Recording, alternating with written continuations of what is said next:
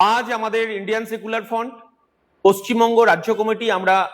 বৈঠকে বসেছিলাম। সেই বৈঠকে আমাদের পশ্চিমবঙ্গের বর্তমান পরিস্থিতির সার্বিক আলোচনা হয় এবং সেই আলোচনা তো সবসময় সবকিছু পাবলিক ডোমিনে বলা যায় না, কিন্তু আমরা এটুকু আলোচনা করেছি সাংগঠনিক প্রক্রিয়ার উপর বিশেষ করে আমরা জোর দিয়েছি। বিশেষ করে বিভিন্ন বুথ স্তরে আমাদের একটাই প্রশ্ন উঠে আসছে যে আমরা আগামী পঞ্চায়েত নির্বাচনে আমরা আমাদের রাজনৈতিকভাবে কি ভূমিকা হবে। আমরা আজকে আলোচনার মধ্য দিয়ে এটাই উঠে এসেছে যে আমরা আগামী পঞ্চায়েত নির্বাচনে পশ্চিম বাংলার আমরা একক শক্তিতে লড়াই করতে চাই এবং একক শক্তিতে লড়াই করার ক্ষেত্রে আমি আমাদের বুথ স্তরের কর্মী, দরদি বন্ধু, সমর্থক, নেতৃত্ব তাদের কাছে বিশেষ করে আবেদন,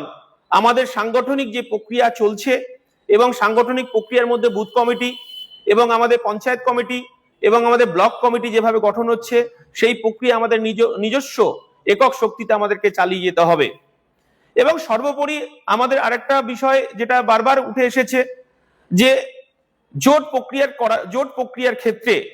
আমাদের দলের চেয়ারম্যান নওশাদ সিদ্দিকী তিনি বারবার আমাদের রাজ্যের বামফ্রন্টের চেয়ারম্যান শ্রদ্ধেয় বিমান বসুকে চিঠি করা হয়েছে 3 বার এবং ওখান থেকে আমাদের কোনো সদুত্তর আসেনি। তাই আমরা যেটুকু ভেবেছি, যেটুকু আমাদের সিদ্ধান্ত নেওয়া হয়েছে যে পশ্চিম বাংলায় জাতীয় কংগ্রেস তারা তার মতো সাংগঠনিক প্রক্রিয়া চালিয়ে যাচ্ছে প্রত্যেকটা বুথ স্তর থেকে। আমরা আরো লক্ষ্য করছি যে ভারতের কমিউনিস্ট পার্টি, মার্ক্সবাদী তারা তাদের মতো বুথ স্তরে মানে কমিটি গঠন করছেন এবং অন্যান্য বামপন্থী দল তারাও এই একই প্রক্রিয়া চালু রেখেছে। তাই আমাদের পার্টিতে সিদ্ধান্ত হয় যে পঞ্চায়েত নির্বাচনে একক শক্তিতে লড়াই করার জন্য আমাদের প্রত্যেকটা বুথ স্তরে আমাদের কর্মী, সমর্থক, নেতৃত্ব, দরদি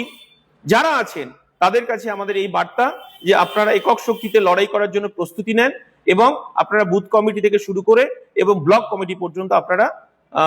সেই প্রক্রিয়া চালু রাখুন।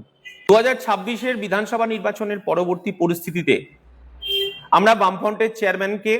আমাদের পার্টির শ্রদ্ধেয় চেয়ারম্যান পীরজাদা নওশাদ সিদ্দিকী 3 বার চিঠি দিয়েছেন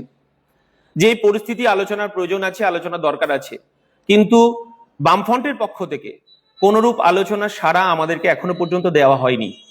স্বাভাবিকভাবেই আমরা লক্ষ্য করলাম পশ্চিম বাংলায় বিভিন্ন রাজনৈতিক দল পঞ্চায়েত নির্বাচনকে কেন্দ্র করে তারা তাদের মতো ঘর গোছাতে শুরু করেছে। বিশেষ করে কংগ্রেসকে, জাতীয় কংগ্রেসকেও আমরা দেখলাম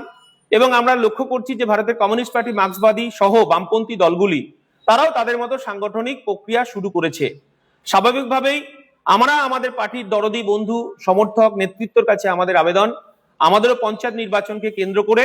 আমাদের লড়াই সংগঠিত করার জন্য বুথকে শক্তিশালী করতে হবে, বুথ কমিটি তৈরি করতে হবে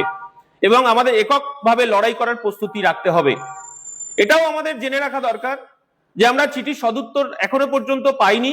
কিন্তু আগামীতে বিজেপি এবং তার সহযোগীদের বিরুদ্ধে লড়াই করার জন্য যদি আমাদের আন্দোলন কর্মসূচি আবার যদি বামফ্রন্টের চেয়ারম্যান আমাদেরকে ডাকেন তাহলে আমরা আবার তাদের সঙ্গে বসতে রাজি আছি এবং তাদের জন্য আমাদের দরজা সবসময় খোলা রইল।